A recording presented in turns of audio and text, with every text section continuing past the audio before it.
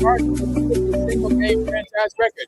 Harden dropped 55 at Charlotte on November 22nd. No debates, no speculation, just the info you need. That's your KBLA Sports Minute. I'm Ray Richardson. More news, opinions, and conversation when we come forward on KBLA Talk 1580. 1 year ago, flames tore through Altadena and Eaton Canyon, changing lives forever. From the ashes, can a beloved community rise stronger? Hi, I'm Dominique DePrima, host of First Things First, weekday mornings, 6 a.m. to 9 a.m. here on KBLA Talk 1580. And I'm inviting you to join us on Wednesday, January 7th, as we broadcast live from Perry's Joint on the 1-year anniversary of this horrific and devastating fire. We're remembering those we lost, celebrating the heroes and sheroes who answered the call, and honoring the resilience of neighbors who are determined to rebuild together. I've been a strong Black woman a long time, and I can't just break down now. Hear the stories of survival, the voices of recovery, the spirit of community that the fire couldn't destroy, and yes, the angst of those who still do not know where they go from here. Yeah, where am I go? At KBLA Talk 1580, we don't just cover the story, we're part of this community. And we've done our level best to hold those responsible for this fire accountable. And 1 year later, we're still standing together. It is my hopes that Black people will rebuild those homes. So join us live at Perry's Joint, 2051 Lincoln Avenue in Pasadena, 6 a.m. to 9 a.m. on Wednesday, January 7th, as we commemorate the 1-year anniversary of the Altadena Eaton Canyon fire. Because some stories demand to be remembered. This too shall pass. This KBLA Talk 1580 Town Hall is sponsored by LA Fire Justice.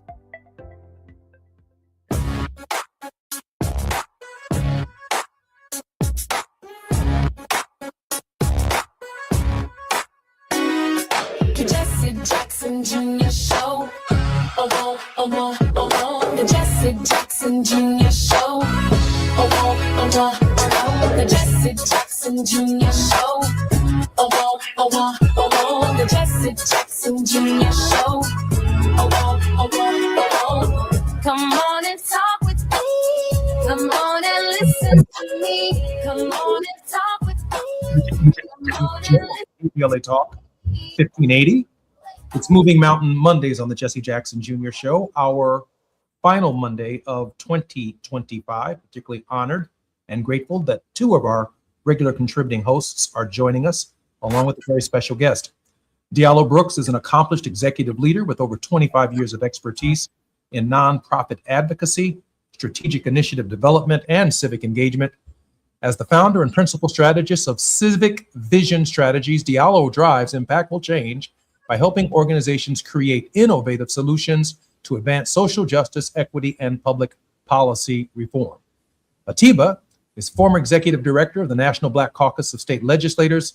He is a strategic alliance consultant and president of Party Politics US. He's worked as a TV contributor on BNC News, The Heat, In the Know with Mo, The Leslie Marshall Show, iHeartRadio, GovExec, and 96.3 WHUR. Diallo and Atiba, welcome forward to the Jesse Jackson Jr. Show. Thanks, Jesse, for having us. Thanks, Jesse. Always a pleasure. Happy New Year, fellas. I want to introduce to both of you Dr. Tania Davis. We are live today from Homewood, Illinois. An amazing woman, doctor, PhD, who opened up recently a bookstore called Beyond the Book, 18063 Dixie Highway in Homewood, Illinois. We're going to be with her for the next 2 hours here at her bookstore, not only celebrating her accomplishment, but digging deeper into some of the issues of literacy and some of the challenges the current administration has provided for all of us when it comes to reading books. Tania Davis is an accomplished human resources and recruitment professional with a distinguished record of leadership in executive positions at top-tier organizations such as Harpo, The Oprah Winfrey Show, iManage, Johnson Publishing Company, and Raise. With an exceptional track record of driving operational excellence, Tania has successfully managed complex practices, standards, and regulations, not only for talent acquisition and HR, but also for multiple departments of large international corporations while managing day-to-day administration. Tania is a scholar as well as a leader, holding an MBA from Loyola University in Chicago and a PhD from Benedictine University's Center for Values-Driven Leadership. Her dissertation, titled "The Influence of Organizational Culture on the Display of Servant Leadership," is a testament to her exceptional academic credentials. Tania, welcome forward to the Jesse Jackson Jr. Show. Thank you for having me. And thank you for allowing us to have our show live at your wonderful bookstore. Tania, I want to introduce you to Atiba as well as to Diallo. We've got a series of questions and a conversation we are very much looking forward to having with you today. Initially, however, I do want to ask the question. Given your academic qualifications and your work in the corporate structure, why did you choose to focus on literacy, on a bookstore, on educating people beyond the book? I think there's a strong intersection, right? And so not just having a bookstore of its own, but there's a lot of output from the bookstore itself, whether it's writing, whether it's literature, understanding different forms of literature, whether it's the illustration side of writing books, and then as well as podcasting. And I combine all of those efforts under one umbrella because I do see the intersection. And I think there's a strong need. I think with the current climate, there are so many things being taken away. And the impact of that is really harming what our kids are learning and not learning. And so I wanted to contribute to that in a thoughtful way, in a meaningful way, but also be more of a partner to the community, the schools, and to the other programs at large, so that we have more of a united approach around shoring up some of these gaps that we have, because the gaps are not improving, they're actually becoming worse. And so taking all this lovely corporate experience and using it, what I say for the good, I decided to take a leap of faith and go into a space that I'm familiar with, but also one where I think I can be impactful. Mr. Brooks? Diallo? Yes. So my work around civic vision strategies, and the reason I've kind of delved into this space, and Atiba knows this, and you know this as well, I've been in the social justice landscape probably all of my professional career. And as I've transitioned out of the U.S. Department of Education, the Schott Foundation for Public Education, having worked in the public education space for the last several years, I really wanted to utilize my expertise in the social justice space, in the education space, to really help organizations grow and develop their programmatic initiatives, and making sure that those programmatic initiatives are actually connected to community. A lot of my values is based on uplifting community and community conversations as we deal with public policy, as we deal with strategies to bring folks together. And so this is my life's work. I come from that work from my family and others. And, it's something that I wanted to continue to delve into to help close, like was said before, close gaps, but also build capacity so we can also thrive as communities and not just survive and get by. I'm Jesse Jackson Jr., listening to the Jesse Jackson Jr. Show on KBLA Talk 1580. Atiba, a question for Tania. Yeah, Tania, first off, thank you so much for what you're doing. I've been to Homewood, but it's been a long time. I'm here in Miami, Florida. And there's a bookstore here that I actually really enjoy going to called Books and Books. And, part of I think the thing about that bookstore here that I really enjoy is the community feel to it.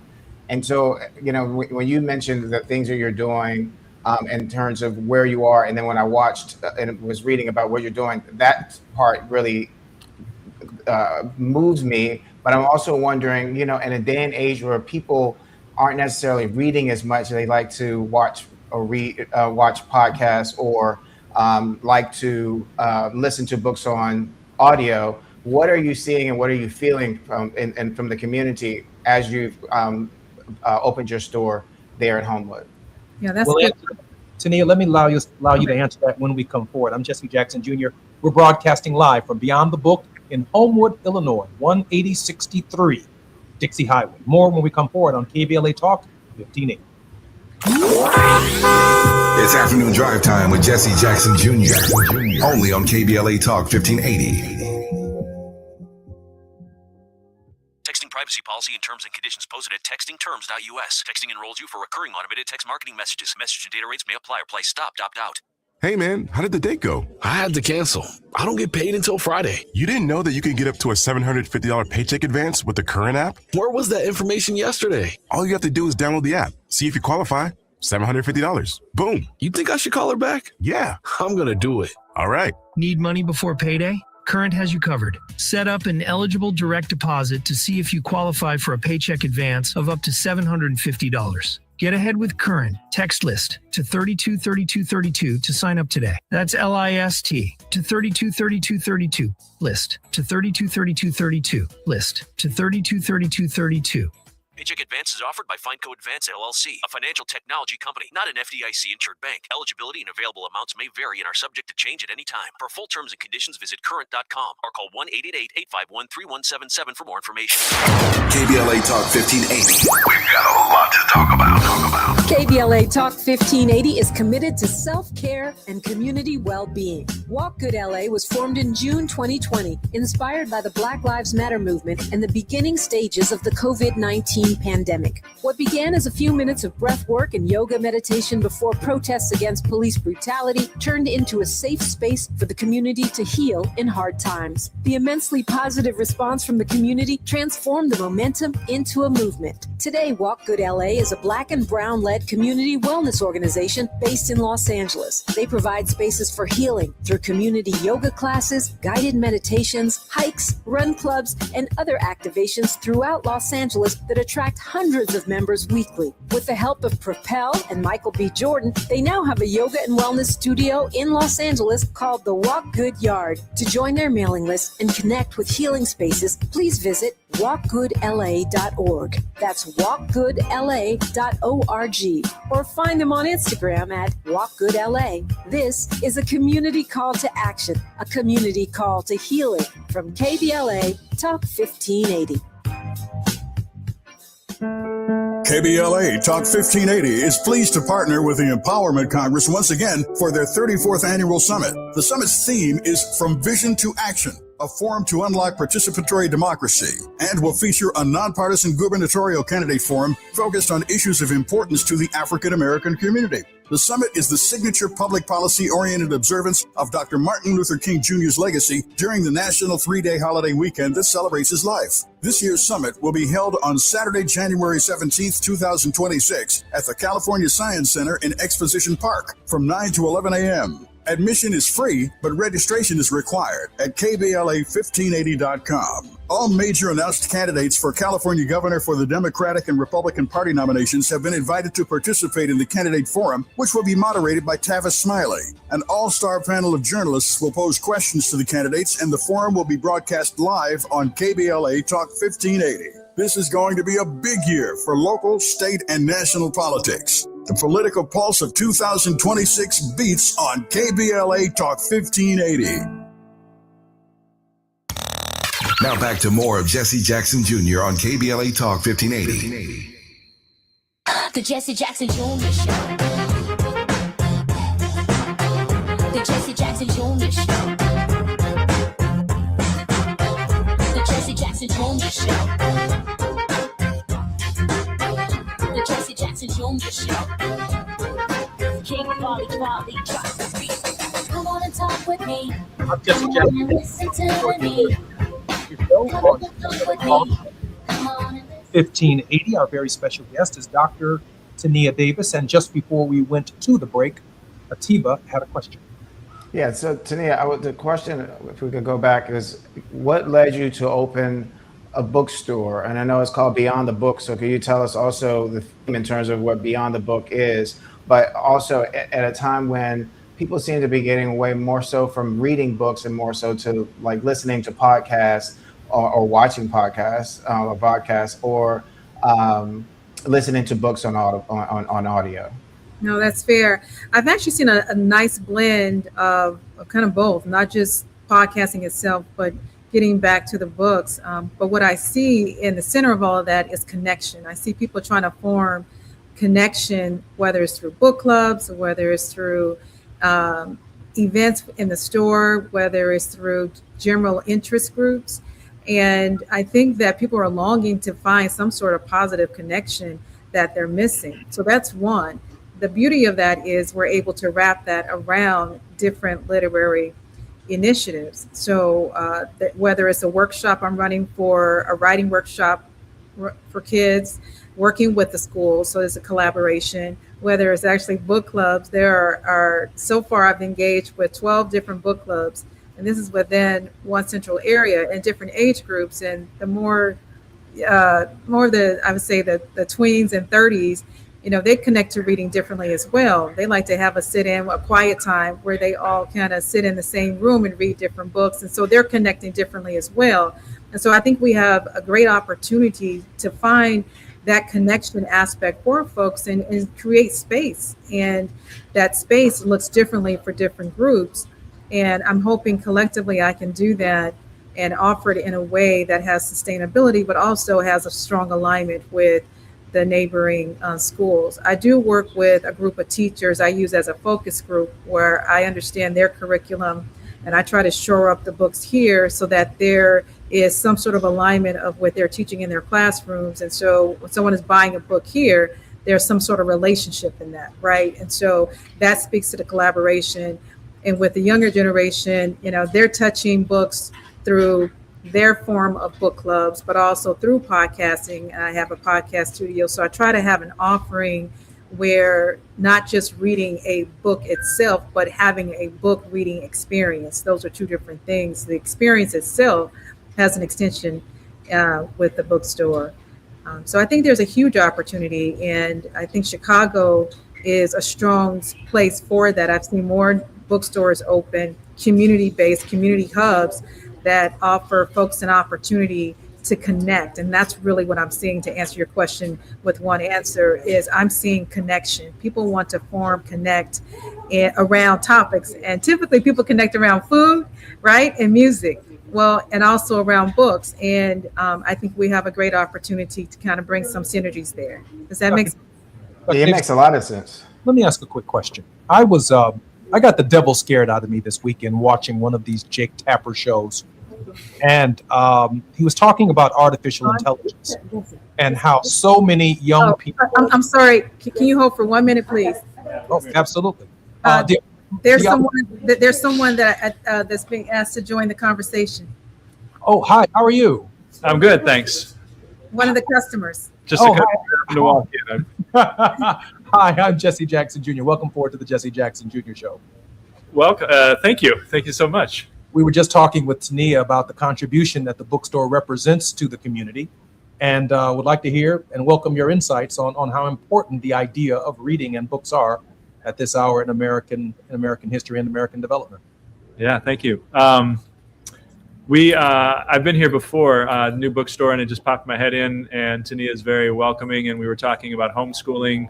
We homeschooled all three of our kids until they got to high school, and I think it's really, really important to have public spaces, not private spaces, but public spaces that are open to the public where people can come in. I guess this is a private space, but very much with a public feel of opening it to spaces for exchange, for one of the things that's really important for us as homeschooling families is that there's a lot of pressure to get it right, since we're taking full responsibility for our kids' education. And so it's really helpful to connect with other families. And Tania's, we talked about ways that she's already doing that here. Diallo, I as many times as you guest hosted on the show, I don't think we've ever really covered homeschooling. Diallo, your thoughts on homeschooling? So you put me on the spot, Jesse, around homeschooling. I mean, I think in this country, we have to have a variety of ways of supporting and educating our young people. And, you know, as parents, and I'm a parent as well, we have to make the best decision for our own children and how they're able to develop in this world. I mean, I'm a public school kid. I went to public school. All my kids went to public schools. It worked for them. There was some challenges within that environment. And I know friends that have had their kids homeschooled or gone to private schools or gone to other schools. What I like to focus in on is making sure that all communities have the access to high quality education that gives them the tools to be successful young people, but also become successful and productive adults in this world, and making sure that we invest in the structures that are necessary to make that happen. Dr. Davis, did you want to respond to that? You know, absolutely. And so one of the things that I'm working on and with the homeschoolers and the Homeschooling Association is to understand, you know, what does that look like in terms of packet of learning, so that I can carry those same packets of learning per se, or what will complement the learning in the bookstore. So I see the bookstore as an extension of whatever learning is taking place, whether it's in school or homeschooling, but the education aspect of the same, the high quality should be in place. And so that I'm always asking for feedback and checking in with the parents and the teachers to make sure I get it right, because being an extension of that, it's really understanding the need. And I think that's the most important aspect of it. Dr. Davis, just before we go to further questioning, my producer was sharing with me, Atiba, that you have an experience with having attended a particularly amazing school in Washington, D.C., and it was producing so many successful people that the opportunity closed. Atiba?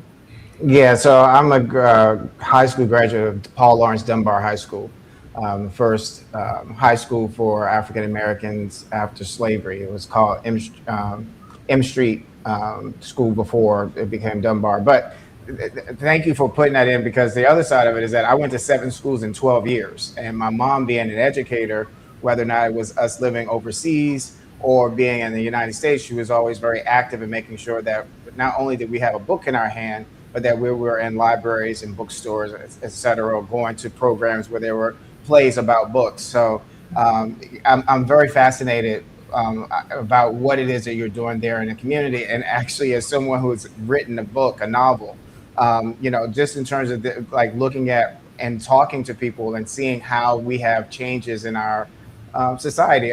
Jesse continues to say, you know, American development and where we are in terms of American history.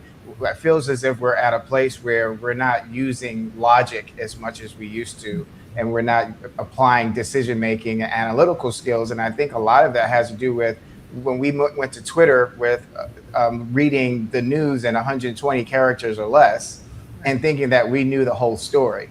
And, you know, I also would say I miss actually picking up a newspaper and getting ink on my fingers, because now we're just looking, we're looking at on our phones.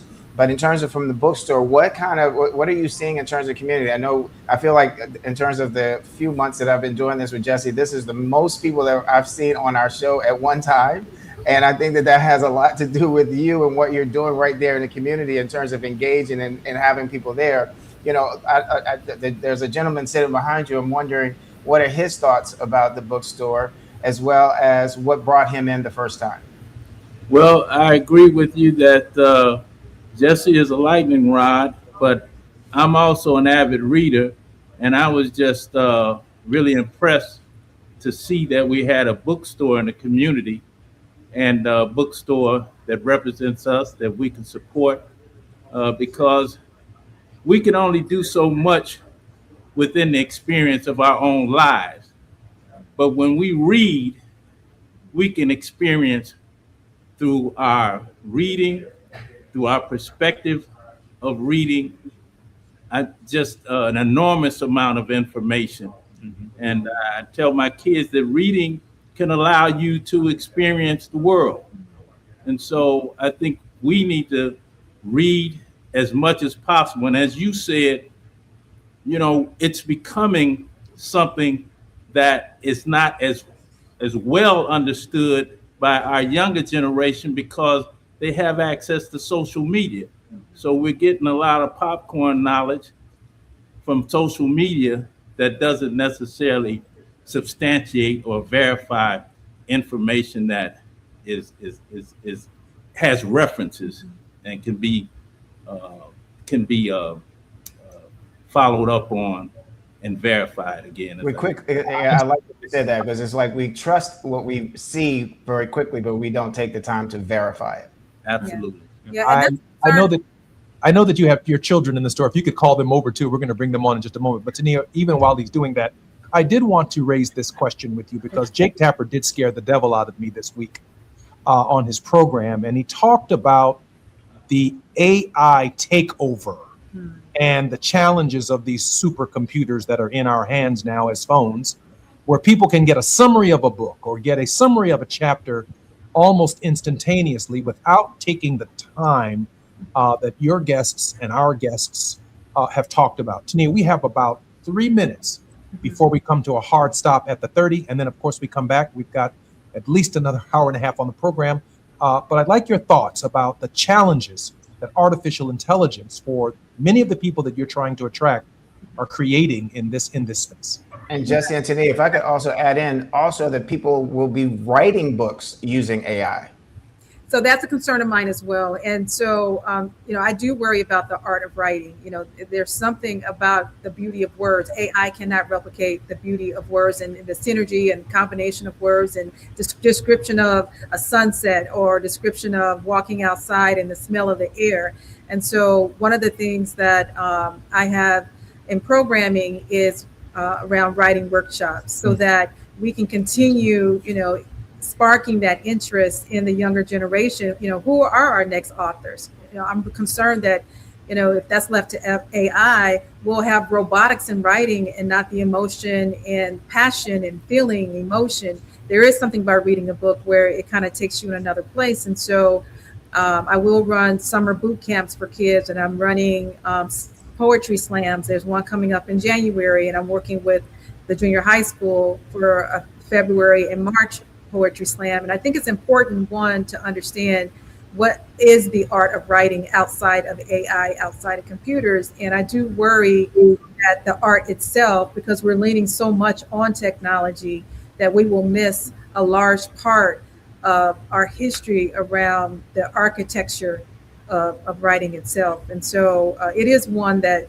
has me really concerned. And with the programming, I'm trying to create at least a space for people to come in and learn as well as participate. I have what's called the quiet zone, where if someone's working on a book, they come in, I play nice music, I set the tone, the atmosphere, but it's really to get people to come in and write. And if they've been thinking about a book or started a book, it's kind of to spark that interest back in them to get in and write and kind of coach people, to and through that with other thought leaders in this space. Today, I'm Jesse Jackson Jr. We're at Beyond the Book in Homewood, Illinois. More on KBLA Talk 1580 when we come forward. It's afternoon drive time with Jesse Jackson Jr. Only on KBLA Talk 1580.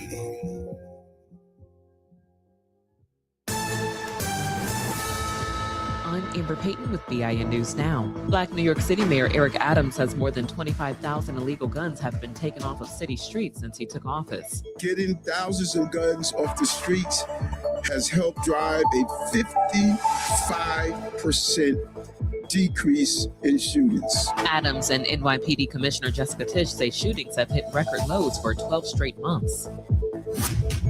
The Trump administration is reportedly investigating major U.S. companies over their diversity programs. Wall Street Journal reports Google and Verizon are among firms facing Justice Department probes as the administration moves to eliminate DEI efforts across government and the private sector. And Black pro boxer Anthony Joshua was reportedly involved in a car crash in Nigeria that killed 2 people. Authorities say Joshua suffered minor injuries and was treated at a hospital. Get BIN News now on demand 24/7 on the iHeartRadio app. Some good news in Sherman Oaks on the 101 northbound, right before you get to Sepulveda Boulevard. Got that crash cleared from the 2 right lanes. Now on the 101 southbound, right at Woodman Avenue, a new accident reportedly over on the right shoulder. In Diamond Bar 57 North, right at the 60 East, they're trying to clear a new accident there. And in Anaheim Hills, on the 91 West, right at the 241, they're holding lanes, doing a break, trying to fill some potholes. Got issues with youth or high school sports? Positive Coaching Alliance can help. PCA, a national nonprofit, offers more than 1,000 free online resources for youth and high school sports coaches, parents, students, and administrators. Visit PCADevZone.org. This is the KBLA Sports Minute with Ray Richardson. Clippers coach Ty Lue did something Sunday night that may not have ever been done before in the NBA, or at least in the last 50 or 60 years. For Sunday's game against Detroit at the Intuit Dome in Inglewood, Lue's starting lineup featured 5 players over the age of 30. Nicholas Batum and Brook Lopez are the oldest at age 37. James Harden is 36. Kawhi Leonard is 34. Chris Dunn is 31. In this day and age of youthful players around the NBA, a senior lineup such as that is very rare. The decision by Lue to go with experience paid off. The Clippers beat Detroit 112-99 to win their 4th straight. The old guys have a chance to catch up on their rest. The Clippers' next game is Thursday night at home against Utah. Kawhi's career-high 55 points Sunday tied Harden for the Clippers' single-game franchise record. Harden dropped 55 at Charlotte on November 22nd. No debates, no speculation, just the info you need. That's your KBLA Sports Minute. I'm Ray Richardson. More news, opinions, and conversation when we come forward on KBLA Talk 1580. 1 year ago, flames tore through Altadena and Eaton Canyon, changing lives forever. From the ashes, can a beloved community rise stronger? Hi, I'm Dominique DePrima, host of First Things First, weekday mornings, 6 a.m. to 9 a.m. here on KBLA Talk 1580. And I'm inviting you to join us on Wednesday, January 7th, as we broadcast live from Perry's Joint on the 1-year anniversary of this horrific and devastating fire. We're remembering those we lost, celebrating the heroes and sheroes who answered the call, and honoring the resilience of neighbors who are determined to rebuild together. I've been a strong Black woman a long time, and I can't just break down now. Hear the stories of survival, the voices of recovery, the spirit of community that the fire couldn't destroy, and yes, the angst of those who still do not know where they go from here. Yeah, where am I go? At KBLA Talk 1580, we don't just cover the story, we're part of this community. And we've done our level best to hold those responsible for this fire accountable. And 1 year later, we're still standing together. It is my hopes that Black people will rebuild those homes. So join us live at Perry's Joint, 2051 Lincoln Avenue in Pasadena, 6 a.m. to 9 a.m. on Wednesday, January 7th, as we commemorate the 1-year anniversary of the Altadena Eaton Canyon fire. Because some stories demand to be remembered. This too shall pass. This KBLA Talk 1580 Town Hall is sponsored by LA Fire Justice. JP Morgan Chase offers tips for the local business owners in 2025. Small business landscape is ever changing, and the Los Angeles market is no exception. A startup or legacy business, revisiting your mission statement and recalibrating offerings can renew opportunities for growth and innovations. Programs like Chase for Business Coaching for Impact gives entrepreneurs access to expert guidance, helping you streamline operations, strategize your growth, and navigate complex challenges. Businesses with a clear sense of purpose can navigate any challenge effectively, but also build stronger customer loyalty. Visit chase.com/coaching for impact for more information. This segment is sponsored by JP Morgan Chase.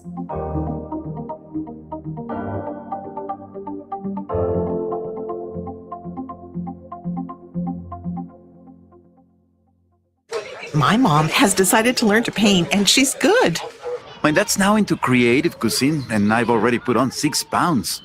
Learning new things comes with age. My mom? She started forgetting my name and what we're talking about. Forgetting well-known things doesn't. Memory loss may be a sign of Alzheimer's disease. Early detection gives you and your loved one time to plan for the future. Learn the warning signs of Alzheimer's at 10signs.org. Brought to you by the Alzheimer's Association and the Ad Council. You're listening to Jesse Jackson Jr. on KBLA Talk 1580. The Jesse Jackson Jr. Show. The Jesse Jackson Jr. Show. The Jesse Jackson Jr. Show. The Jesse Jackson Jr. Show. King Volley, drop the beat. Come on and talk with me. Come on and listen to me. Come on and talk with me. Come on and listen to me. I'm Jesse Jackson Jr. You're listening to the Jesse Jackson Jr. Show on KBLA Talk 1580. Our regular contributing hosts, Diallo Brooks and Atiba, are joining me with a very, very special guest, Dr. Tania Davis. Is an accomplished human resources and recruitment professional with a distinguished record of leadership in executive positions at top-tier organizations such as Harpo Productions, The Oprah Winfrey Show, iManage, Johnson Publishing Company, and Raise. With an exceptional track record of driving operational excellence, Tania has successfully managed complex practices, standards, and regulations not only for talented acquisition and HR, but also for multiple departments of large international corporations while managing day-to-day administrative activities. Furthermore, she is recognized as a community leader who demonstrates a particular care and interest in mentoring the next generation of leaders and volunteers. Her efforts were acknowledged by the United States Senate as she received congressional recognition for inspiring the world's future leaders. And as an entrepreneur, she is the owner of Beyond the Book. I'm broadcasting live today at 18063 Dixie Highway in Homewood, Illinois.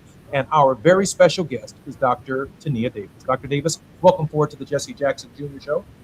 Thank you. And I'm joined with a guest of the bookstore. Oh, I'm so particular. Can you give me our guest's name, please? Hello, my name is Aaron Wilson Alstrom. It's a pleasure to be here. Thank you. Aaron, I'm so glad that you're with us today. I think I'm going to turn the next question over to Diallo. Sure. Dr. Davis, I'm going to respect your your education level. I wanted to ask you, I'm particularly excited about the community feel of your bookstore. And we talked a little bit before about kind of AI moving into spaces, but the need to have, particularly post-COVID, this community-based feel of a place that folks can not only just read books, but also gather as a part of a social construct. Talk a little bit more about why that's an important part of your design for your store. I think we're in such a polarized state that we're learning how to disconnect easily. And, we're not designed for that. And I think Homewood Flossmoor is a prime example of community that does it well. And I see the bookstore as an extension of that and as a hub to continue that thread of community connection, collaboration, and learning. Quite frankly, it's a very diverse community like others around the Chicagoland area. And I think there's something powerful when you can learn from each other and create space to learn and to grow, right? And so the extension of just the book, there's also different aspects of that. So whether it's something in an art form, or whether it's illustration, or whether it's poetry slams, whether it's workshops, or whether it's working with the homeschoolers, or whether it's creating space for the homeschoolers, what I am finding in my observation is that there's an aspect of connection that for some they have lost and they're trying to find that again, right? And have a reason for it. I'll share a really quick example. We had the first book gathering for the bookstore, and there were over 45 people that showed up, and half the people in the room didn't know each other. There were 3 individuals that just relocated, one from Boston, one from New York, and one that actually moved from the city to the suburbs. And they formed a connection, and the following week they were having coffee with someone new.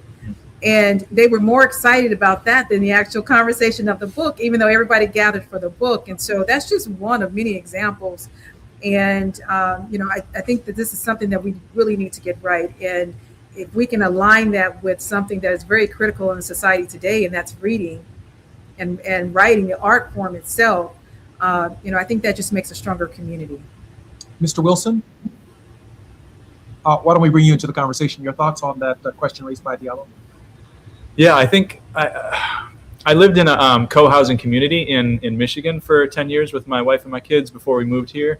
And we designed or had conversations about everybody who was a member of that community was part of shaping the policies of the community. And it was an example of doing democracy. And there's a way in which we talk about living in a democracy, but we don't practice that. There's a way in which we talk about living in a society. We don't practice society. We don't practice social conversation. So it was when I was in here talking with Dr. Davis before they held that event.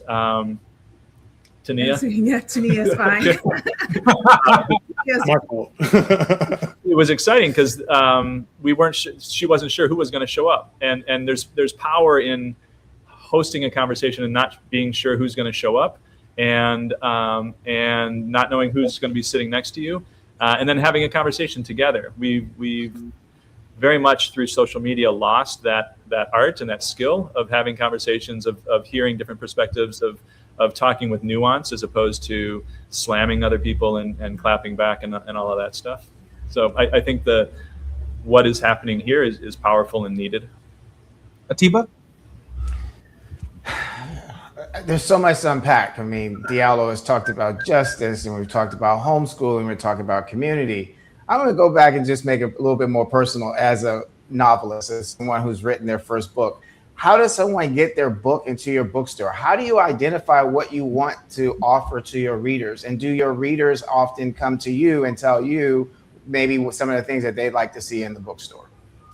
Both, yes. And so I take it very personally. Everyone that presents their form of writing, I read through the books. I want to be intentional, but I also want to be responsible.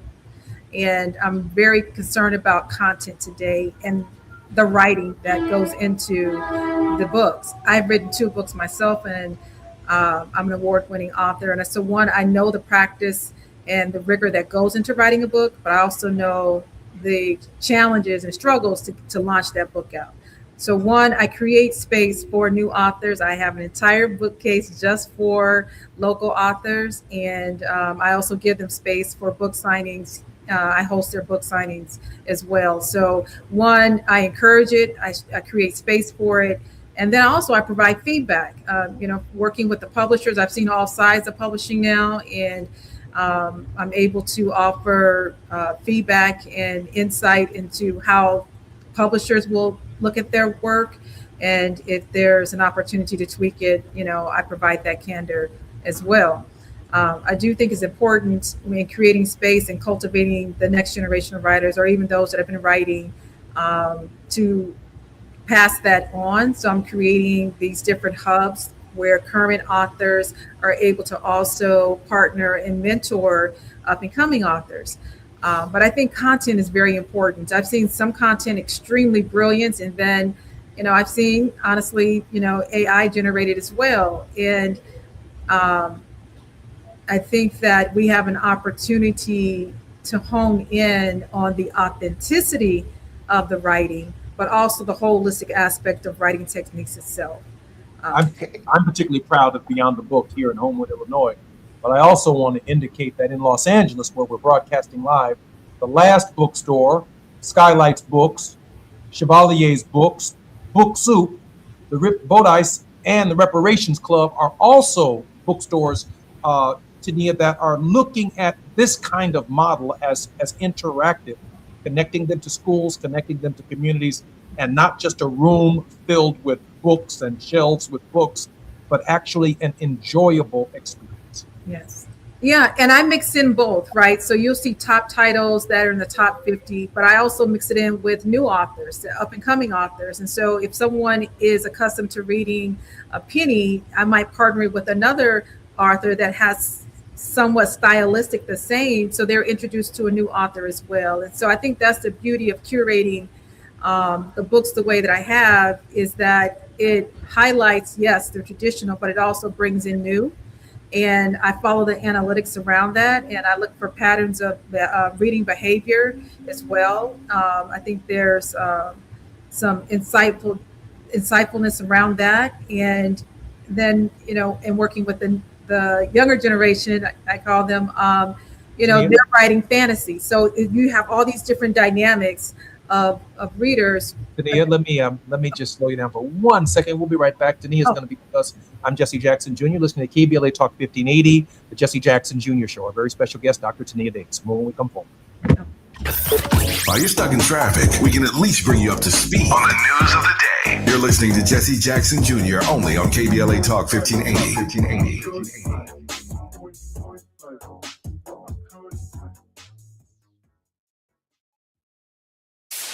KBLA Talk 1580. We've got a lot to talk about.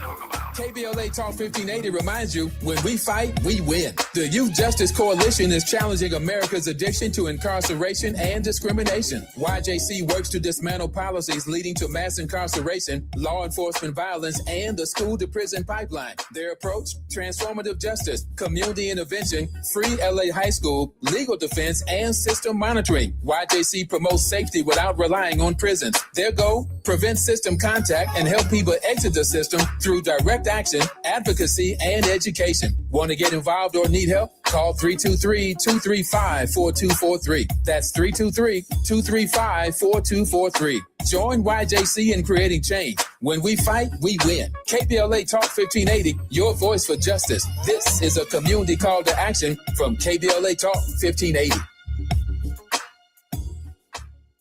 If you've been diagnosed with moderate to severe plaque psoriasis, this is what it sounds like to be 1,000,000 miles away. Imagine being 1,000,000 miles away. Tremfya guselkumab, taken by injection, is a prescription medicine for adults with moderate to severe plaque psoriasis who may benefit from taking injections or pills or phototherapy. With Tremfya, clearer skin is possible. In clinical trials, at least 70% of patients saw at least 90% clearer skin at 16 weeks. Results may vary. Tremfya is also indicated for adults with active psoriatic arthritis. Serious allergic reactions and increased risk of infections and liver problems may occur. Before treatment, your doctor should check you for infections and tuberculosis. Tell your doctor if you have an infection, flu-like symptoms, or if you need a vaccine. Ask your doctor about Tremfya. Call 1-800-526-7736 or visit tremfya.com. Lena Bloom for the Bail Project. Imagine you're stuck in a jail cell and you can't afford bail and someone offers you a way out. Just plead guilty and you can go home and kiss your kids goodnight. What do you do? What thousands have. You plead guilty whether you are or not. Cash bail makes poverty a crime. That's why the Bail Project helps those who can't afford it while fighting to end cash bail. Because freedom should be free. Brought to you by the Ad Council.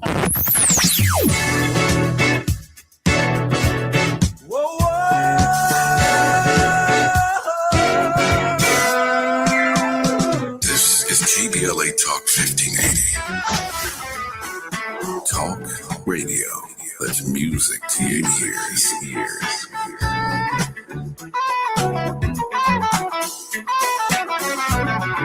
We're unapologetically progressive.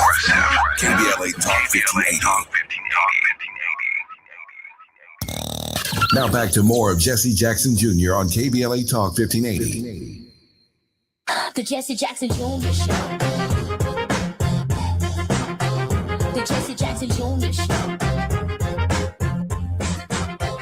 The Jesse Jackson Jr. Show. The Jesse Jackson Jr. Show. King Quality drop the beat. Come on and talk with me. Come on and listen to me. Jesse Jackson Jr. Welcome forward to the Jesse Jackson Jr. Show on KBLA Talk 1580. We're in Homewood, Illinois today at Beyond the Book with Dr. Tania Davis. Dr. Davis, I know that we're going to be losing Mr. Wilson in a moment. Mr. Wilson is an educator. He's a teacher. He's also one of the guests that shops here at your bookstore. I wanted to ask Mr. Wilson, one, his thoughts on the current state of education in the nation, but also safe spaces for his own children and students to be able to work. I certainly feel that kind of comfort here at Beyond the Book? Mr. Wilson? Thanks for the question. State of education. Wow, we could we could do a whole show on that. My sense is that kids are really hurting since COVID. That was an interruption. It was an interruption in terms of the kind of space that we've been talking about, not just of having information go into one's brain, but doing that in a social space. We learn a lot from one another. We learn a lot through relationships, and that really impacted relationships. And we've come back since then. And I think that COVID accelerated some of the digital divide that is happening. And I think that continues in schools. And I think when I was a teacher for 10 years in the Detroit area. And my own perspective was that the most important thing I was doing as a teacher is creating a safe place where kids could bring all of who they were and to share that in a space, feel a sense of belonging, and to interact with one another and to build ideas together, to build perspective together. So I think education, that's the best that education can do. It's the best that sort of these community spaces that's happened, like what's happening here in the bookstore, the best of what that can do as well. Atiba? I'm looking, this is a great shot that we have here with the background of people in the store. And then you also talked about book clubs, and now we're talking about education. It's like we're just like talking about all these things, and I'm like getting excited. Like, wait, it's too much. But it's not like an overload. I thought it was like even appropriate when you were talking about COVID and pre-COVID, because some of the conversations now that I've been having with people is, and I'll take myself personally, is that it's taken me a while to really reinsert myself back into doing social stuff, because during COVID we became so much more like, hey, we're home. I don't necessarily want to be out there. I might get sick. In terms of how you're building community here, and how you're identifying things to attract people. Again, are there things that you're hearing from the community about what they're telling you that they would like to see that's been helpful too in terms of how you're attracting the community and getting them more engaged? And I say this because we also have seen large bookstores over the years come in and take the smaller bookstores, the smaller community bookstores that were there out. And I think Jesse, you did a great job of talking about some of the stores that are in LA. And I think that that's what we have all over the country. I also want to add to, are you connected or talking to other communities or other bookstores and other communities, or are they talking to you? And how can we connect you all if that's not happening, so that we get back to what it is that you all are offering there in Homewood? Absolutely. Well, again, I utilize the focus groups as a feed of information, which is extremely critical. I also run, out of the output of that, I run a chess club for kids. Some of the parents were saying that that middle age group, there really isn't a strong hub for them. They get it in the high school, but not in the earlier stages, and that's really when they need to start. So I started a chess club. We're 8 weeks in, and there are 18 kids that attend faithfully, and the parents are fully participants. But also what I noticed, back to community and connection, these kids are forming their own community, right, where they feel they fit in. And I think kids right now want to fit in somewhere, and they want to feel that they have some sort of hub around them where is their peers, their parents, is more about feeling supported, right? And so I listen in and I ask for feedback consistently with the folks that come through the doors. And I think that's very important as I continue to build this, because it's a build with the community, right? Which is very important. And as it relates to other bookstores, before I even started this venture, stepping out from the corporate, I visited over 50 bookstores, and I conducted a SWOT analysis of each bookstore. And I did not want to build just a bookstore. I think it's really important in building a business aspect of it, so it has longevity. It has the tentacles that touches the schools and different events and aspects of the community, is to understand what does that community need. So yes, I work closely with not just local bookstores, but also bookstores in other states as well. that are also looking at how to reinvent where they are. And I didn't want to just have a bookstore. And so what you're hearing is more of an experience around the reading, but also I'm really trying to understand the behavior so that I can be a support system to the schools. I can be a support systems to provide support systems to other community groups. So it's not just a bookstore in itself, if that makes sense. A lot of sense. I mean, and I grew up with a mother who opened a community center on a block where I grew up in Washington, D.C. She used to always say that the world is bigger than Farragut Street. And so it was not only that she was attracting people who were coming from other places, but it was that she had a summer camp that she actually called Camp on the Go to take these kids to other places. And the guest who was on before, the gentleman who talked about opening a book and how it opens up your whole world, it feels as if today in this day and time when we're still trying to get hopefully back to a place of civil discourse, that part of what's missing is our ability to imagine, our ability to see ourselves in other places. I'm like a kid in a candy store right now, just listening, and I look forward to coming to Homewood to your store, because and also telling other people about this, because I do believe that regardless of all the division and things that are going on in the country right now, part of it is that we're just not getting to know each other, and we get so. Can I just throw in, I get really excited about this. I'm so sorry to cut you off, but I got to throw this in. I had two books side by side, both romance. And one was one, and then the other was Kennedy Ryan. And the particular customer loves romance. And she had a kind of big, huge question mark about Kennedy Ryan. And I said, oh, if you love romance, you'll love this book. And she was like, I don't know. And I said, no, just try it. And she loved the book. It transcended, right, her perception by visually what she saw, but more of the content itself. Mm-hmm. And that is what I want to create. That is what I want to create. And I didn't mean to jump in there, but please do. No, it's absolutely fabulous. I just want to add this. I am in Atiba Diallo. I am in the podcast studio of Beyond Book. I mean, we are not in our traditional location. And I tilted the camera to kind of show you what Tania's insights have done. There's no Call of Duty here. There's no big screen television sets and games for children to play. Tania is focusing our children's imaginations on the classics and the culture of reading and thinking and being able to discern from these processes. And the environment that she's created is nothing less than spectacular. As a parent, I would feel very safe leaving my children right here.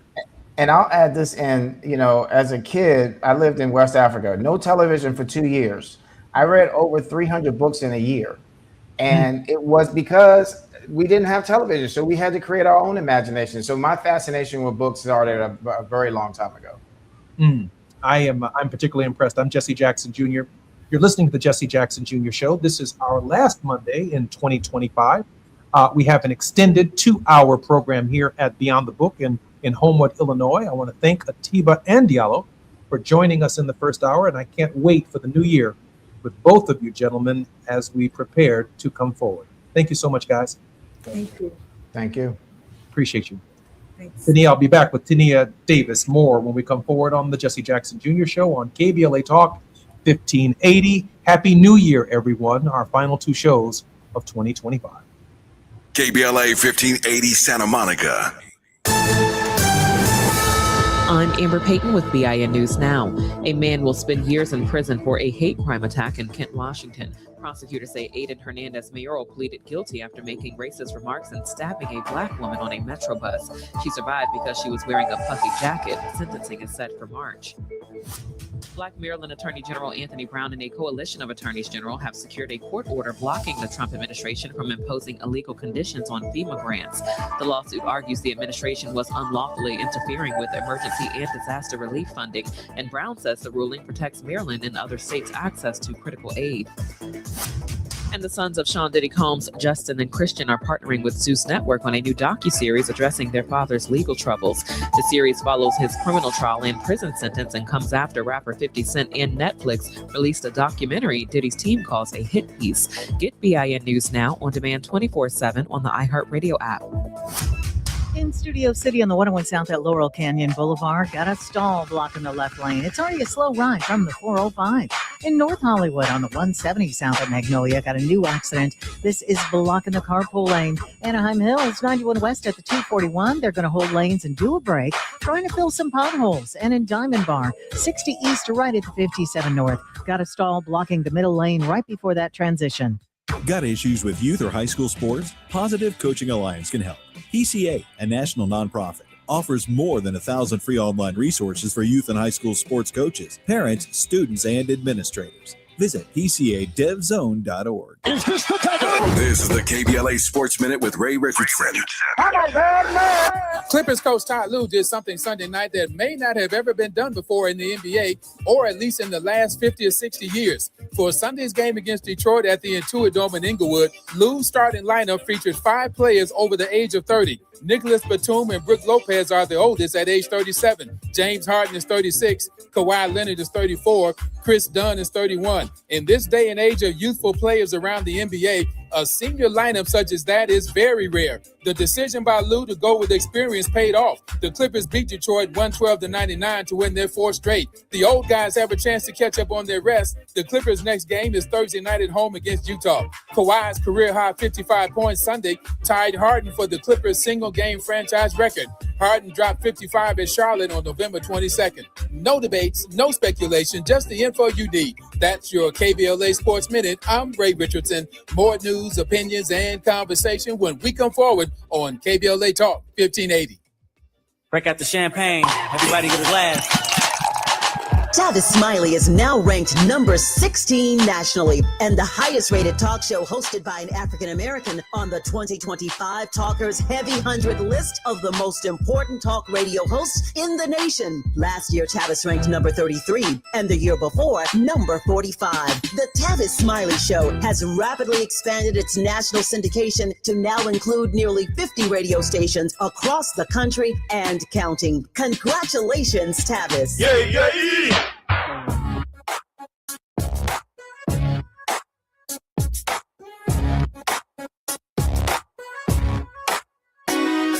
Jesse Jackson Jr. Show. The Jesse Jackson Jr. Show.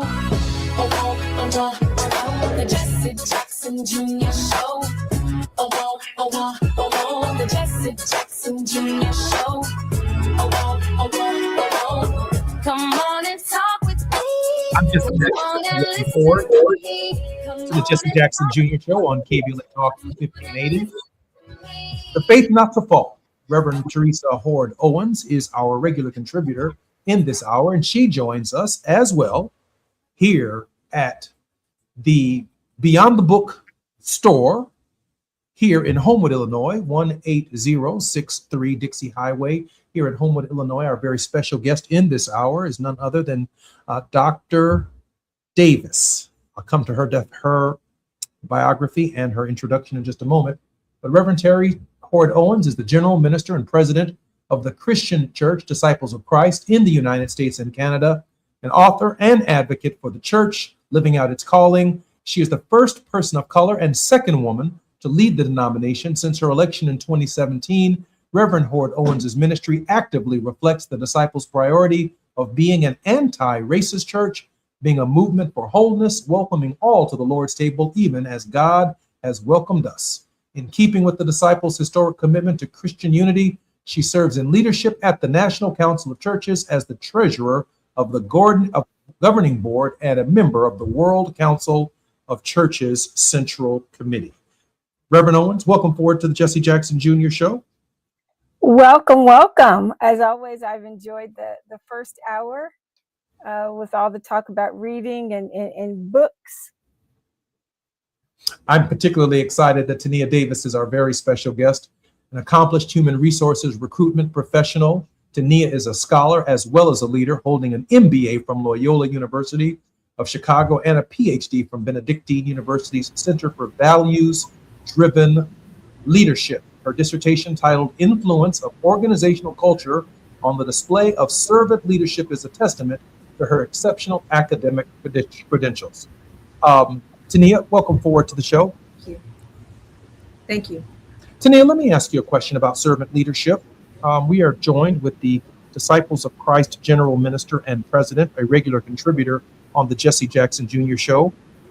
Your concern for the next generation and the idea of servant leadership. You know, I studied the behaviors, the impact and influence that servant leaders have on organizations, and there is a dramatic difference of a leadership style and output, meaning I've watched the leadership style influence the behaviors and growth of staff members, and I do think there's something to it, watching different leaders have a trajectory in organizations, and some having more success than others and some being more respected than others, and then looking at staff members have a better experience than others. And I think how we influence, how we teach, mentor, and create space for all people is really important. I think servant leadership, there is a different dynamic that they add, where the value of it and output of it has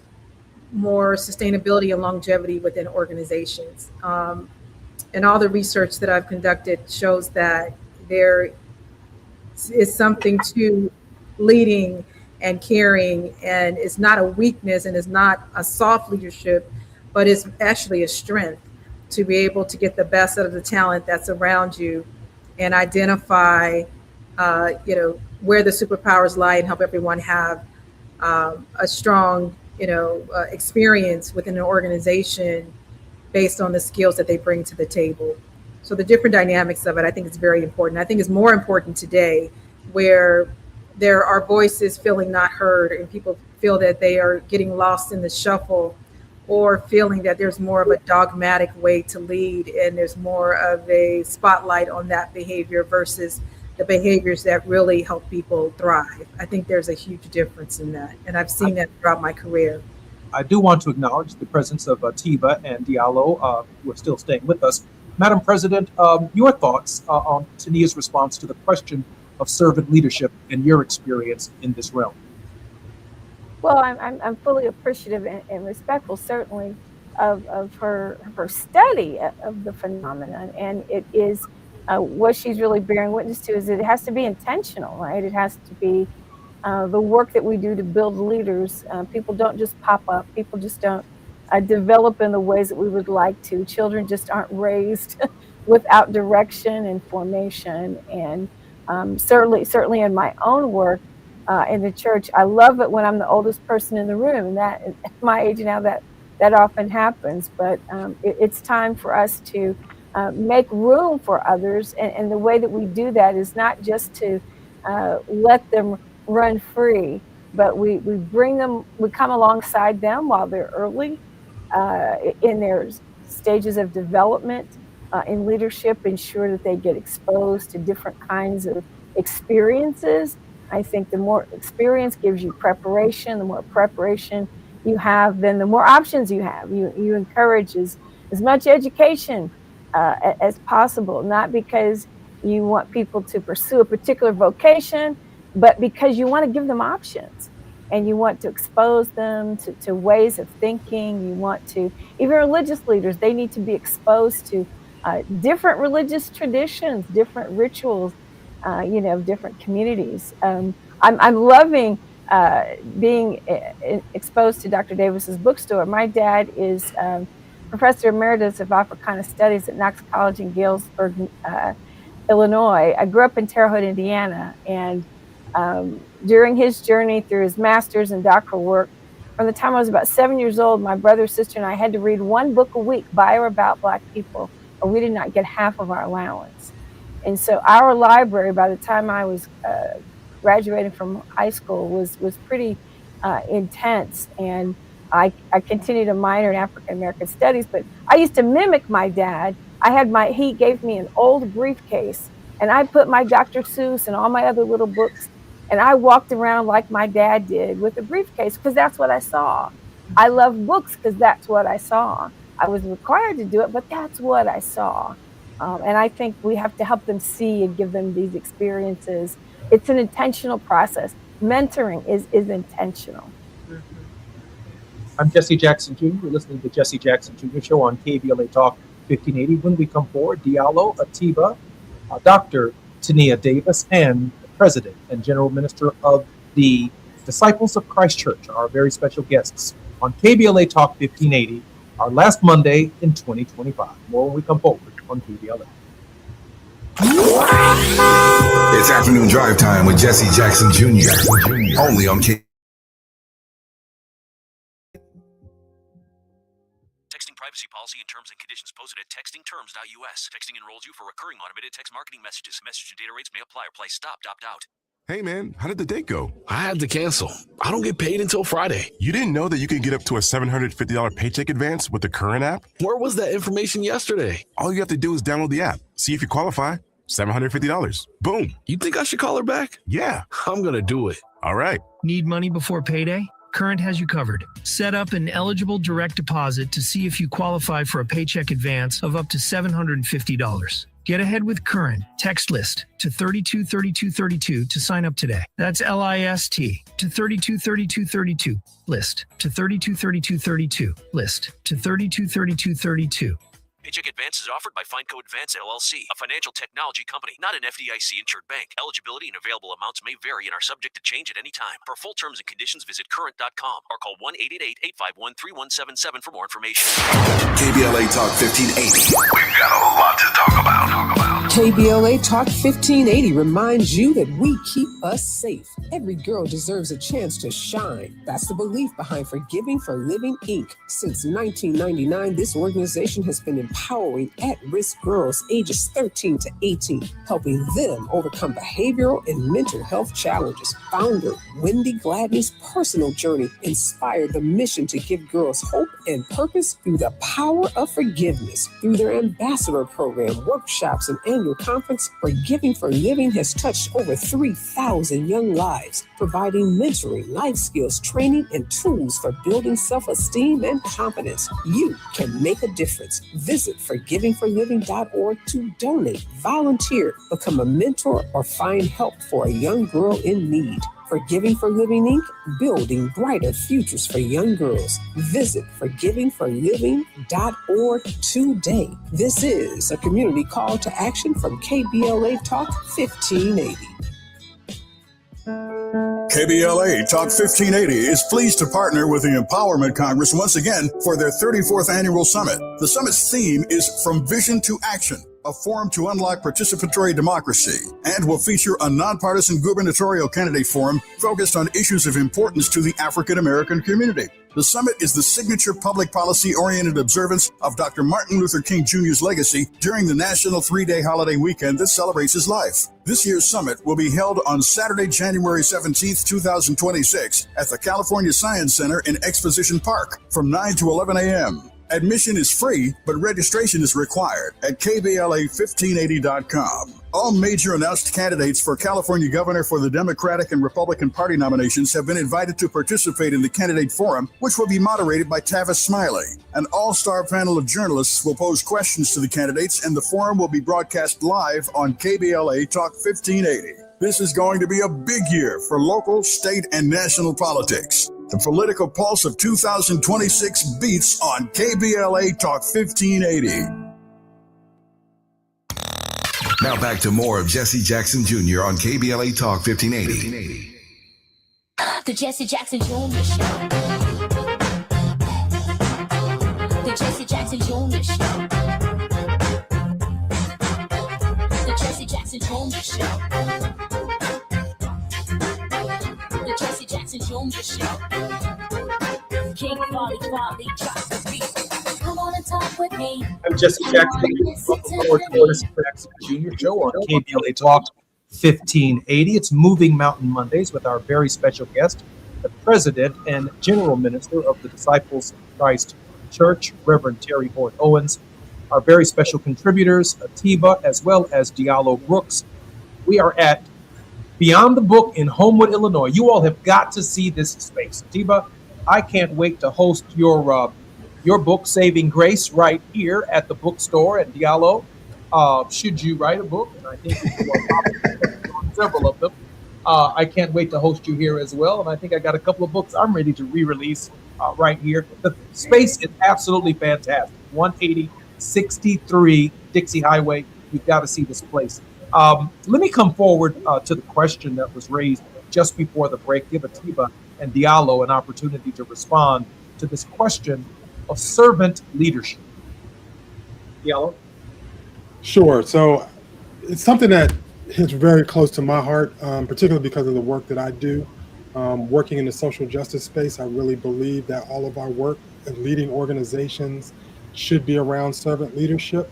And also, I feel like we have to make sure that that servant leadership is based on the values of the work that we prescribe to others externally. And what I mean by that is that oftentimes within organizations, you see an external focus around certain values, but that internal value, the focus doesn't also turn internally. And so it is really important that leadership structures, leadership styles actually are married to the values in which you purport to the world.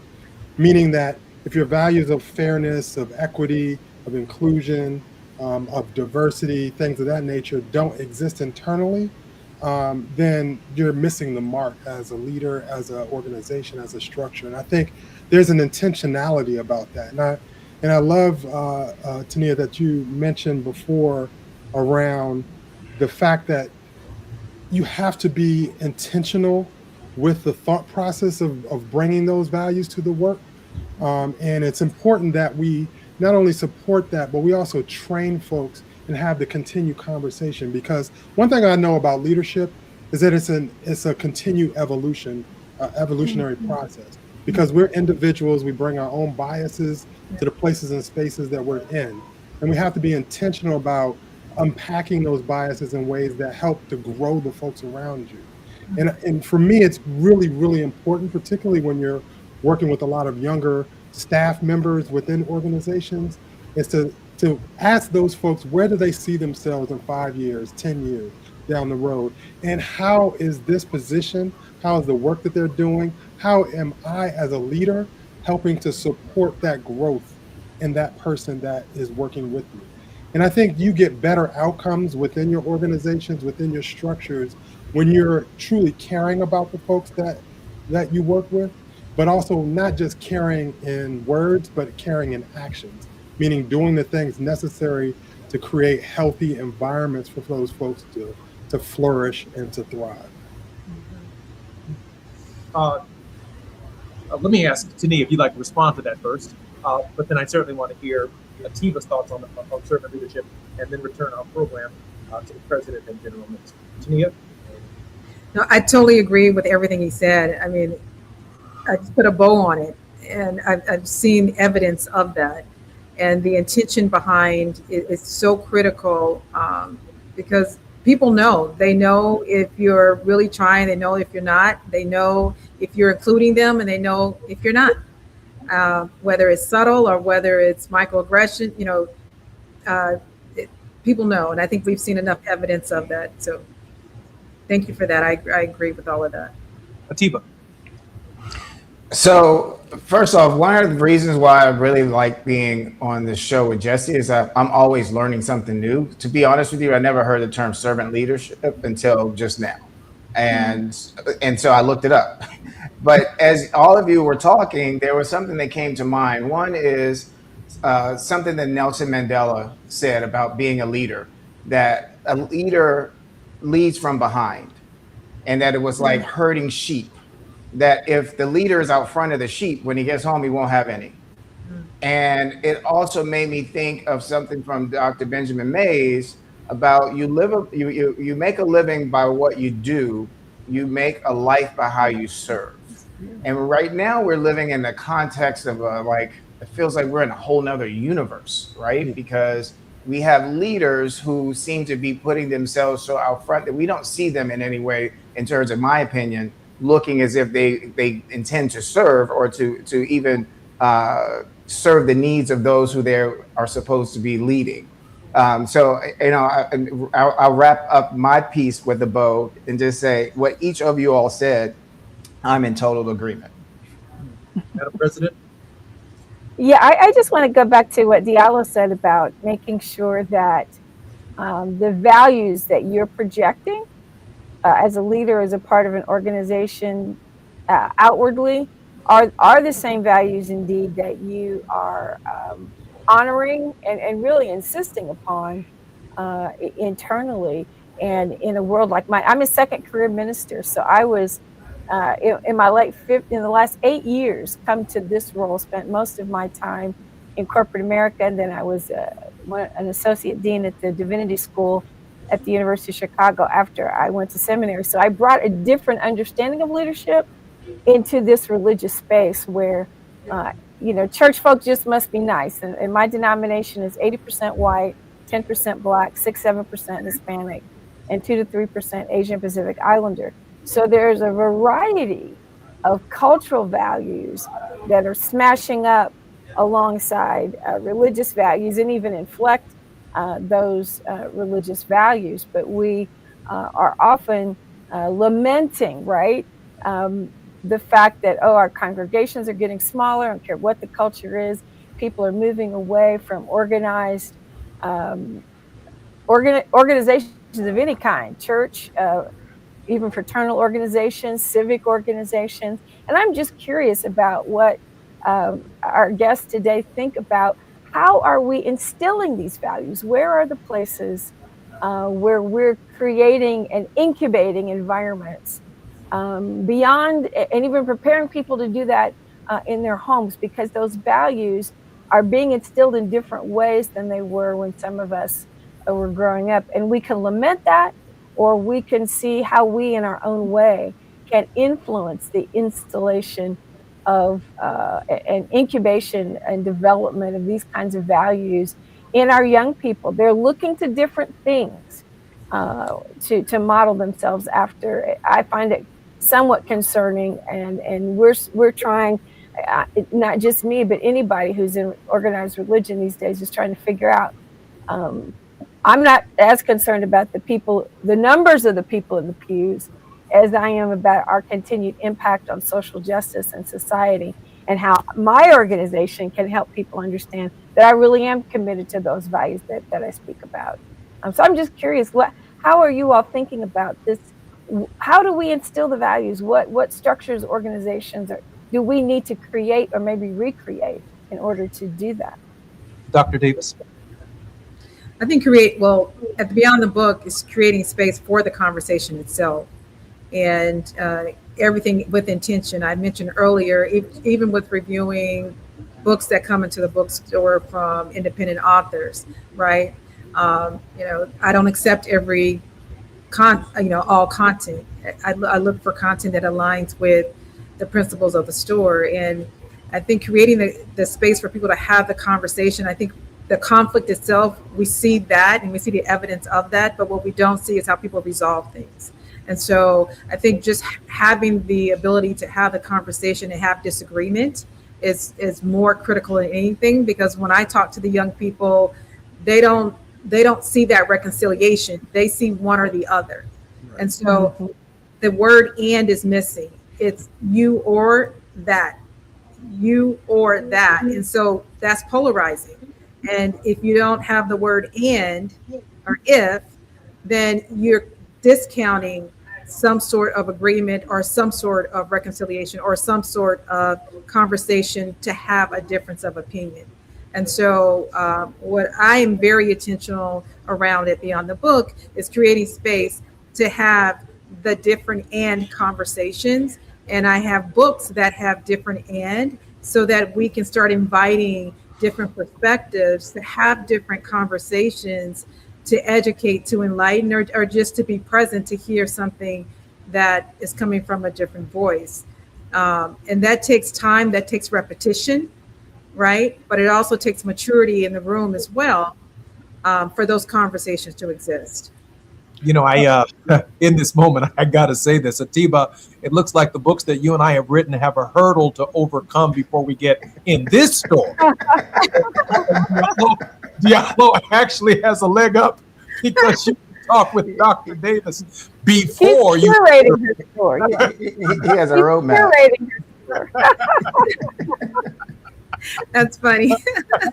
Diallo, did you want to add something? Yeah, I just wanted to say, I mean, I think one of the things that is really exciting and about this conversation is that if you look at a business model, I think this store is an example of like how you can create a socially conscious business, because it is a business. It's not a nonprofit entity that exists, and we haven't met before. I've never been to your store before. I'm in Washington, D.C., but just from like the conversation, I think leadership is something that is also modeled.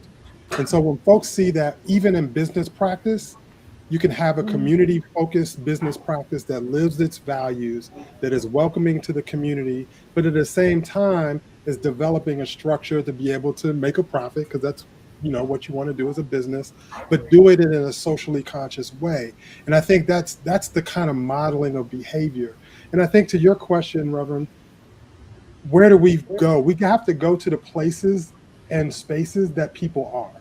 And so whether it's created community spaces like the bookstore, whether it's digital platforms that exist, the modern era is going to be the modern era. And so we have to meet folks where they are to help model that behavior. And one of the things I love, Jesse, about this show, I think we do model that behavior by how you even run this podcast, right? How you even run this particular show is a healthy conversation that's leading into values, that's leaning into what leadership should look like, asking those strategic questions that folks need to have asked of themselves, and then allowing folks to grow into the places and spaces that they need to be. And I think as we model that with young people, as we model it even with adults, as we have healthy conflict, I think conflict can't be something that we're allergic to, but it's how we model how we have conflict and how we resolve conflict that helps other folks grow into leadership styles that are much more healthy, much more service oriented for communities. Madam President? Oh, absolutely. Going where they are. I have been at the helm with other people of a huge shift in our organization, changing governance, changing the way we gather as, our General Assemblies, our big conferences. We're the only mainline denomination that allows like every congregation to vote, and we're moving to a completely online digital space. I have a tech advisory group that's basically all millennials who are professional IT people, and trying to find other ways to use people, even on a volunteer basis, to bring their gifts for the health of the organization, but also to listen to them, to what they're saying about where the church needs to go and how the church needs to operate in order to continue to be relevant. That's culturally inflected by me being a Black woman. So I'm also listening to what the white people are saying and to what the Hispanics and the Asian and Pacific Islanders are saying. And my whole thing is we have to model our value of that everyone has a place at the table. And that idea of the and in the conversation is really an important value that I'm trying to imbue in a lot of different ways, which makes it very difficult in today's current environment. But if my opinion is if the church doesn't lead in that area, it's hard to see how we can stay relevant. I'm Jesse Jackson Jr., listening to the Jesse Jackson Jr. Show on KBLA Talk 1580. This is a very special edition, a 2-hour special with Dr. Tania Davis, Diallo Brooks, Tiba, as well as Reverend Terry Hord Owens, our regular contributor in this hour on the Jesse Jackson Jr. Show.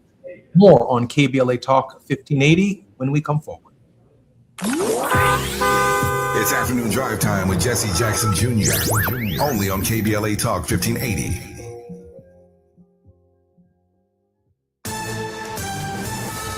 I'm Amber Payton with BIN News Now.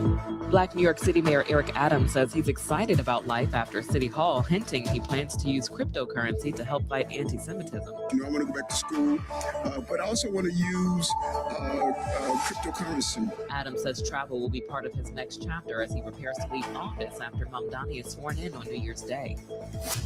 Parents of an HBCU Kentucky State University student killed earlier this month have been arrested, accused of intimidating the shooter, Jacob Bard. A grand jury declined to indict Bard, ruling he acted in self-defense during a large fight outside a KSU dorm. The parents were arrested over alleged threats made on Facebook. And filmmaker Tyler Perry is facing a $77 million sexual assault lawsuit. The suit alleges Perry sexually harassed and assaulted Mario Rodriguez at his Los Angeles home and claims Lionsgate ignored the misconduct. Get BIN News now on demand 24/7 on the iHeartRadio app. A little bit of good news in Long Beach, 710 southbound right at Del Amo Boulevard. Looks like they're getting that crash cleared. I still do see some slowing, though, coming away from the 91. Also in Diamond Bar on the 60 westbound of Grand Avenue. They've cleared that accident to the right shoulder. Still going to be slow, though, from the 71. And on the 60 east at Ramona Avenue, doing a break, they're going to try to fill some potholes. You'll see a little bit of slowing there. The Crohn's and Colitis Foundation has been at the forefront of inflammatory bowel disease research and care for over 50 years. Learn more about research, education, and support at Crohn'sColitisFoundation.org. This is the KBLA Sports Minute with Ray Richardson. Clippers coach Ty Lue did something Sunday night that may not have ever been done before in the NBA, or at least in the last 50 or 60 years. For Sunday's game against Detroit at the Intuit Dome in Inglewood, Lue's starting lineup features 5 players over the age of 30. Nicholas Batum and Brook Lopez are the oldest at age 37. James Harden is 36. Kawhi Leonard is 34. Chris Dunn is 31. In this day and age of youthful players around the NBA, a senior lineup such as that is very rare. The decision by Lue to go with experience paid off. The Clippers beat Detroit 112-99 to win their 4th straight. The old guys have a chance to catch up on their rest. The Clippers' next game is Thursday night at home against Utah. Kawhi's career-high 55 points Sunday tied Harden for the Clippers' single-game franchise record. Harden dropped 55 at Charlotte on November 22nd. No debates, no speculation, just the info you need. That's your KBLA Sports Minute. I'm Ray Richardson. More news, opinions, and conversation when we come forward on KBLA Talk 1580. Break out the champagne. Everybody get a glass. Tavis Smiley is now ranked number 16 nationally and the highest rated talk show hosted by an African American on the 2025 Talkers Heavy 100 list of the most important talk radio hosts in the nation. Last year, Tavis ranked number 33 and the year before, number 45. The Tavis Smiley Show has rapidly expanded its national syndication to now include nearly 50 radio stations across the country and counting. Congratulations, Tavis. Yay!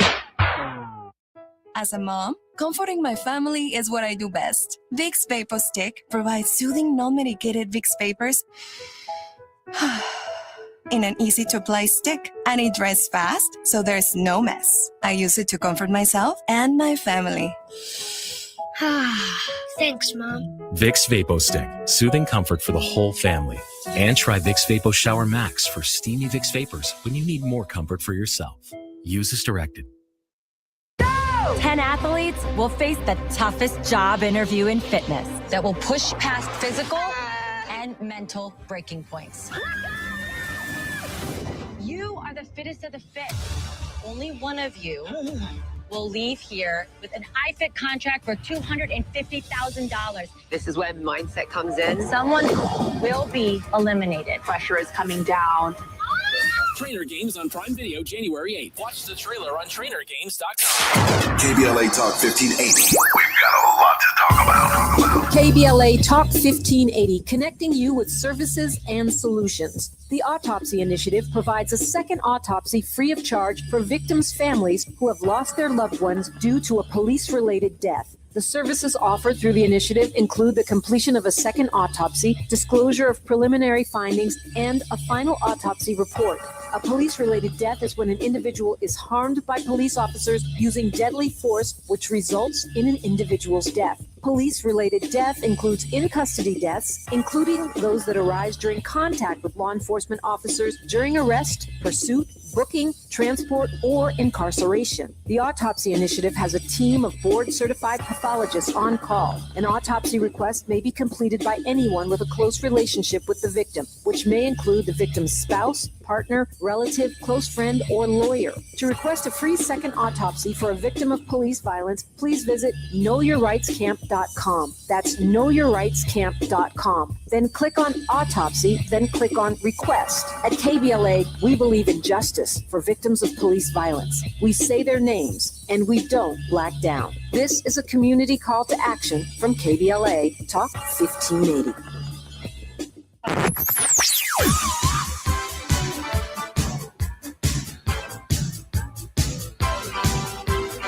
This is KBLA Talk 1580. Talk radio that's music to your ears. We're unapologetically progressive. KBLA Talk 1580. You're listening to Jesse Jackson Jr. on KBLA Talk 1580. The Jesse Jackson Jr. Show. The Jesse Jackson Jr. Show. The Jesse Jackson Jr. Show. The Jesse Jackson Jr. Show. King Volley, drop the beat. Come on and talk with me. Come on and listen to me. Come on and talk with me. Come on and listen to me. KBLA Talk 1580. I'm Jesse Jackson Jr. Welcome forward to the Jesse Jackson Jr. Show on KBLA Talk 1580. Our very special guest, Dr. Tania Davis, has a new model for safe spaces and learning for our children. We're at her bookstore, Beyond the Book in Homewood, Illinois, 18063 Dixie Highway in Homewood. You got to see this place. This is The Faith Not to Fall with Reverend Terry Ford Owens, our regular contributor on Mondays. I'm so grateful that the president is with us once again today, and Atiba and Diallo, regular contributors on the Jesse Jackson Jr. Show, are also present as well. I did want to ask a question of Dr. Davis on the question of intentionality. Let me just be candid. When I was in prison, I had a lot of books to read, and I had nothing but time to read them. I wasn't particularly interested in television. The television room is always fraught with lots of problems in the joint. And I have seen men, like I did, read more books, expand their horizons in this quiet space of incarceration in ways that I just can't do it on the outside. I mean, we're so busy, and we have these little devices in our hands, Dr. Davis, that are so consuming that if I didn't know how to play chess before the cell phone, I probably never would have played it or learned it in today's era. And so I keep hearing this word intentionality, Dr. Davis. How do we get there? How do we recapture this space? I would say take it one step at a time. And I don't try to solve for everything at one time. I just take one aspect of what I'm trying to solve for and intentionally, what is it that I'm trying to achieve, right? It's something as simple as creating the quiet zone. The quiet zone is just for that, to create space for people to come in and write, to have some sort of camaraderie and a very safe space, but also a quiet space to sit still, to write, to draw, or what have you. So I set the tone and the expectation around what we're trying to achieve and bring in like-minded individuals to do that and create space, and also hear the feedback to make that happen. I think there's just so much coming at us in terms of information, and we're flooded, that we try to capture all of it and solve for it all at one time. And I take it in segments and state what the objective is around each aspect of it, and get feedback along the way, and then execute it. And I have found that people are more responsive to that because they too are trying to solve for many things at one time, and people are overwhelmed, right?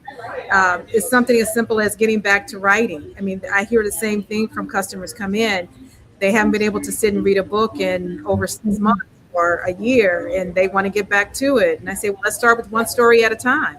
Let's not, they're looking at 5, they have 5 books in their hands. And I said, well, clearly you're not going to do 5 books.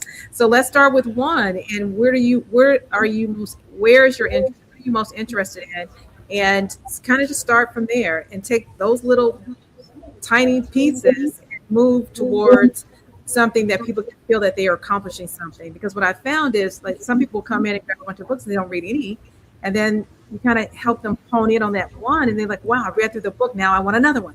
Right. And so just take people where they are. I heard someone say that earlier. Take people where they are and help guide them through where they're trying to go. A large aspect of that is listening. I find myself listening. Huh? No, I listen with you. Let me ask the president a quick question. Madam President, Howard Thurman referred to these moments as centering moments, as the time that we take to find ourselves in the solace of space. Madam President? Oh, absolutely. And I'm in the middle of a 3-month sabbatical with Saturday on February 1. And as you know, Jesse, I've been talking about my kind of living with Howard Thurman's The Mood of Christmas during this season, and that notion of finding space and rest. And for many people in an academic environment, a sabbatical will mean it's time to read and write. Sometimes ministers will use it time to go and go on some sort of study trip. This sabbatical for me has been making sure that I am, to the extent possible, without commitments, and can choose how I spend my time. But the Thurman is really focused on that interior life, right, as a foundation for everything else that we do, no matter what your particular spiritual or political framework may be. At the heart of the human experience has to be some sense of an inner life, and really some sense that there's something beyond yourself, however you may define it. So I think if books can get us to that place, meditation, music can get us to that space. Books in particular have been that place for me. I am able, when I am reading, to literally shut out everything around me. And my mother tells me I was that way as a child. They actually took me to a hearing specialist thinking that my hearing was poor when I was a child. And it's just that if I were reading a book, I don't care what it was hard to break through. And sometimes a book can be that. But however we get to owning our own interior selves as a part of the building blocks of who we are to the world, I think is really, really important. And I think that's something also that has to be introduced with intentionality. And there are lots of ways to get at that. And even organized church, or what we've known as traditional church, is having to rethink how you both model and invite people into that kind of interior life. I just think it's essential for us as human beings to have our own agency and to find our own meaning and purpose in the world. Let me tell you what's really fascinating. Even as we do this show live from Beyond the Book in Homewood, Illinois, Dr. Tania Davis, who owns Beyond the Book here in Homewood, Illinois, has to go handle some transactions. Yes. We don't stand between her and transactions, even while she's doing this radio. Atiba, the centering moment that it takes to write Saving Grace. Love, to be honest. And I kind of wanted to go back to, even if you don't mind, to the segment before that we were talking, because I think all of this is like, in terms of from American culture, that that's also missing is when I say familial, I'm talking about the family. We've gotten so conditioned. At least I often see so many families that will put an iPad or a phone in front of a child to keep their attention, when they could simply put a book in front of that child, especially during their development stage. I think when I think about it, how many times have we if you ever watch the show The Simpsons, which to me is indicative of what we see today in American society, with Bart with a book. It was usually always his sister. And then it was like he was kind of talking bad about her as the nerd. I always tell people I'm just a nerd. So in terms of centering, in terms of me and writing Saving Grace, the thing that really, I guess, excites me, and that I have 2 manuscripts now for 2 more books to follow the story, and being asked is there going to be a 4th, is that I get to be the first one to read it. I get to be the first one to know what's going to happen next. That's what keeps me and gets me coming back to it, because I don't know exactly where the story is going to go, even though I may write an outline for it. And I think in terms of what I would like and what I thought about a lot writing the first books, writing Saving Grace, was I want to write a story that's a page turner like it was for me with J.K. Rowling's first book, Harry Potter, that's visual, that allows the reader the opportunity to develop their own impression of what they see in the visual context of what they're reading in the book. I'm Jesse Jackson Jr. When we come forward, a few final thoughts from each of our guests. A word of hope from Dr. Tania Davis on the Jesse Jackson Jr. Show, KBLA Talk 1580. More when we come forward in our final segment. At least bring you up to speed on the news of the day. You're listening to Jesse Jackson Jr. only on KBLA Talk 1580.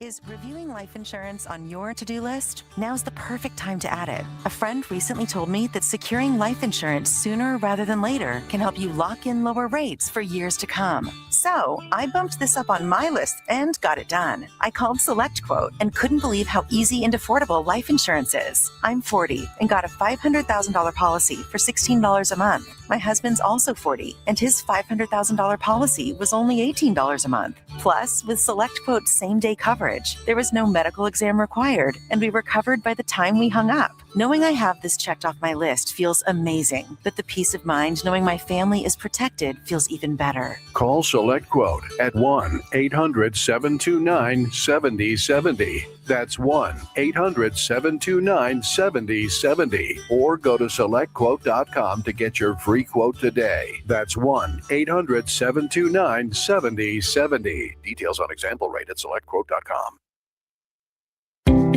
Are you coughing a lot, especially at night? Are you often short of breath? Are you using your rescue inhaler often? These could be signs that your asthma is not under control. To keep your asthma in check and help prevent an asthma attack, ask your healthcare provider for an asthma action plan. This is a personalized plan you create with your doctor that shows you what to do and what medicines to help control your asthma and to use when you're having a hard time breathing or when you're having an asthma attack. Please don't wait until you're having an asthma attack. Do something about it now. Schedule a visit with your healthcare provider today to make that action plan and take control of your asthma. For more tips and resources on the management of asthma, visit luma-edu.com. This message is brought to you by Amgen and AstraZeneca. KBLA Talk 1580. We've got a lot to talk about. KBLA Talk 1580, connecting you with services and solutions. The Los Angeles Regional Food Bank is on a mission to fight hunger and provide nutritious food to those in need across our community. They partner with federal, state, and local programs advocating for better policies and funding for critical hunger relief programs like Cal Fresh, the Emergency Food Assistance Program, and the Child and Adult Care Food Program. The food bank works with coalitions and local representatives to make sure hunger is addressed in every district of LA County. They also run nutrition education campaigns, raise hunger awareness, and source nutritious food for distribution, all while supporting regulations that allow food pantries to operate safely. Want to help? Visit lafoodbank.org or call 323-234-3030 to volunteer or find a food bank near you. Together, we can ensure that no one goes hungry in Los Angeles County. This is a community call to action from KBLA Talk 1580. Now back to more of Jesse Jackson Jr. on KBLA Talk 1580. The Jesse Jackson Jr. Show. The Jesse Jackson Jr. Show.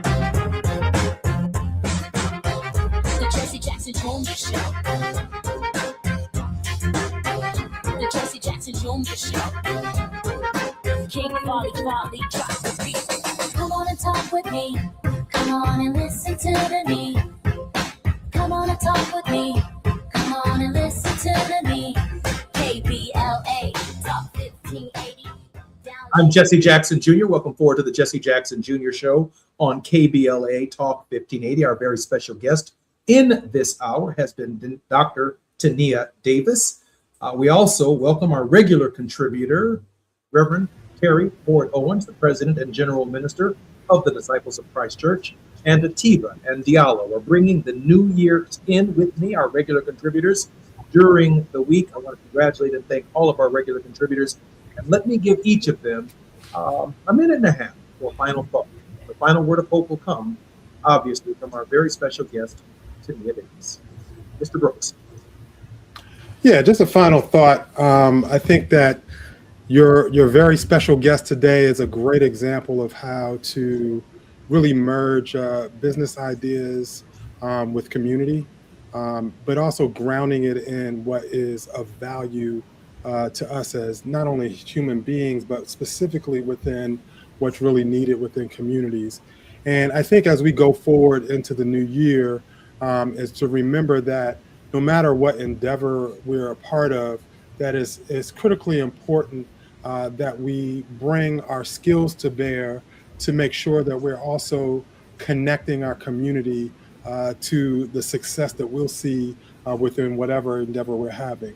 Because at the end of the day, we really want to create healthy, thriving communities that are connected, that are learning together, that are supporting each other. And so I just want to commend Dr. Davis for really doing the work that she's doing in her community, but also being an example for young people and just other community members about how to invest in a way that really creates real change. Happy New Year, Diallo. Happy New Year, Jesse. Atiba, a final thought. Yeah, thank you. And thank you for to the team for putting this show together and for this conversation. You know, I'm a very big believer that history may not repeat itself, but it definitely rhymes. And there are a lot of things that we can go back to our past and bring forward to I guess, modernize, but at the same time that we can really lean on and use. And my great-grandmother was incredible in terms of, though she had dementia, she was often repeating quotes. And one of the quotes that comes to mind right now is, "It's a good thing to remember, but a better thing to do. Always hang with the construction gang and not the wrecking crew." And I really want to commend you, Tania, for what you're doing, because I believe that you are constructing something incredible. And that, God willing, this will be something too that we can look to identify, and those who are learning about you now through this show can also identify within their own communities. Because what really is missing is, I know oftentimes we're saying, oh, well, we're losing values, or we're not going to church, or we're not going to mosque, et cetera. This, you know, but I think that there's something that's really human that is going on. That's the power of a book.